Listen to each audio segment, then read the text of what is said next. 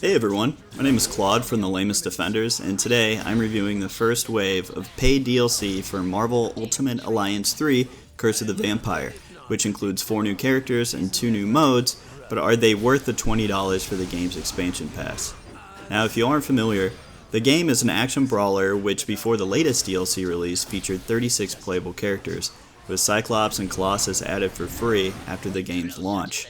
Now for an additional $20, gamers can pick up the expansion pass that will include access to 4 vampire-themed characters like in this release, along with the future releases that focus on X-Men and the Fantastic Four.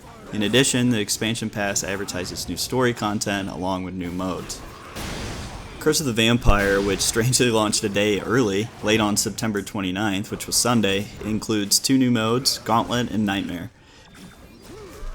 What's weird is when you launch into the game and you try to select a character, you'll notice that there are now 13 blank roster spots. So with the DLC and the expansion pass, that probably fills about 12 of those. So that still, leaves 1 character left to unlock, possibly Silver Surfer or maybe Doctor Doom in the future.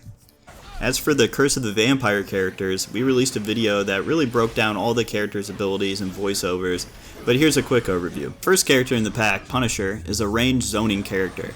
Frank Castle can use his assault rifle to dodge back and forth, throw grenades in front of him as he tries to zone enemies, a smoke grenade move where he launches a canister then does a melee combo with his Bowie knife, and finally his most powerful ability is a sniper rifle in which he can slowly aim to pinpoint his target, dealing an insane amount of damage, and can also be used to synergize with his teammates' powers, making him an excellent boss killer. The second character in the past, Moon Knight, is both a projectile and melee type brawler. Some of his abilities include slamming down on an opponent from overhead, throwing explosive moon-shaped projectiles, and an ability that launches Moon Knight into the air and lands with a flip kick in the shape of, a moon. Also, what's actually unique to Moon Knight's character that no other character in the game has is his double jump, which is a glide. It actually costs 0 energy and is one of, if not the fastest traveling powers in the game. So, very useful. As for Blade, this character attacks a little bit slower than other sword-wielding characters such as Deadpool or Psylocke, but when he lands either his basic attacks or abilities, it can really put on the hurt with the opponents. One really cool and unique thing that Blade has is the ability to charge all of his abilities. So you can actually move while charging, so that really sets you up for, some unique ISO-A combinations whenever you're trying to do the really hard late game riffs. But what kind of sucks is while you're charging that, you can still get hit into the air or on the ground. So you basically wasted all your time and you just took damage. And then finally the last character is of course Morbius, the edgelord vampire who has fast and surprisingly hard-hitting abilities. One of his moves actually launches Jared Leto to an opponent, and if he lands the hit, it will activate a life drain on the opponent, and that boosts Morbius' attack damage for a bit. Probably the coolest move that Morbius has is his hypnotic gaze, which actually shoots out a cone of energy from his eyes, and it completely paralyzes an enemy for a short time. So during that time, it also increases the amount of damage the enemy takes. So like a lot of other characters in the game, Morbius can also fly, and of course that drains his energy meter.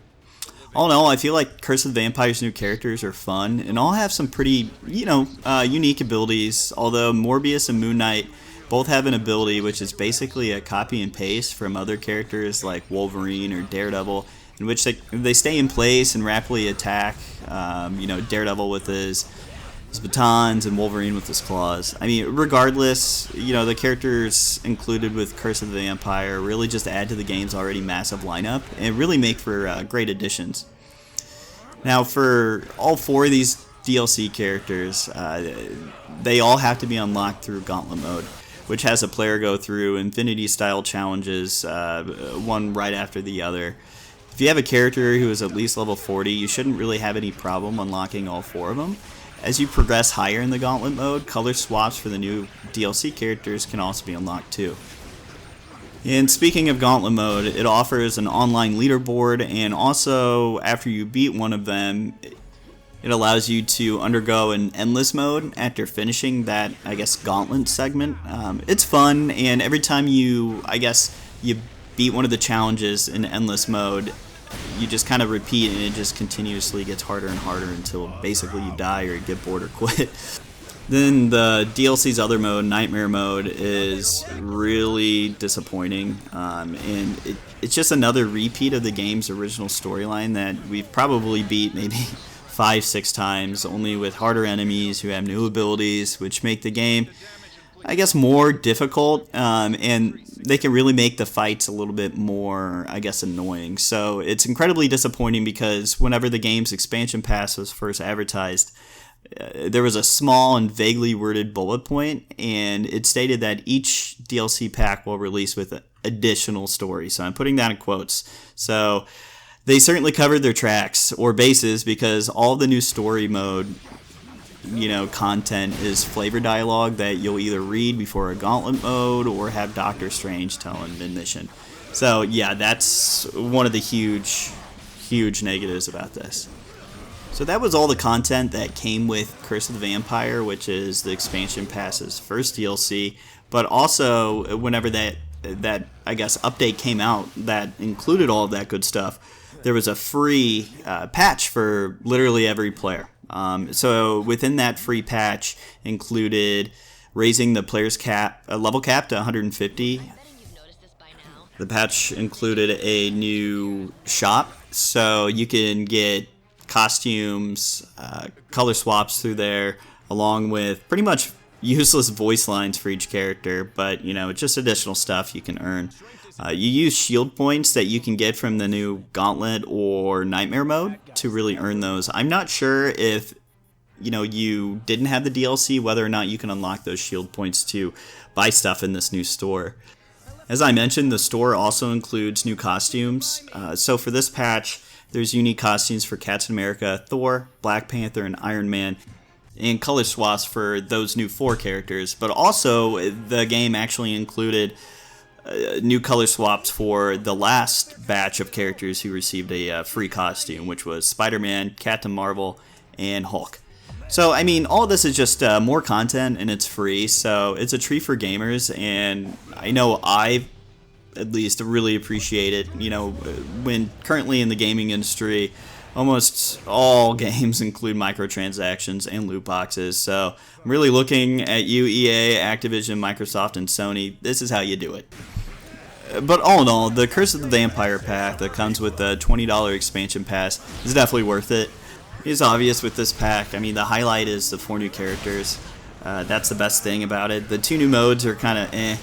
And, the story, the additional story, I'm using story in quotation marks, even if it's just flavor text, describing a Gauntlet mode or just like a voiceover, I mean, it's whatever. It can be overlooked. I mean, it's still a really good price for what you're getting. And then, in addition, you're getting free updates every once in a while, too. So if we get more free characters like Cyclops and Colossus, I mean, this game's just perfect, I just wish more games were doing something like this. I mean, really, if you're a Marvel fan or even love action games in general, picking this up is honestly a no-brainer. Well, that does it for our Curse of the Vampire review. Thank you guys so much for watching. Please let us know in the comments below if there's a certain character that you're hoping gets added in the future. Personally, I'm still holding out hope for Nova, Ant-Man, and Winter Soldier. And finally, if you guys haven't already, please make sure you hit like and subscribe. It really helps us continue to provide more Marvel goodness and Marvel-centric videos. And again, thank you guys so much for watching, and remember to stay lame.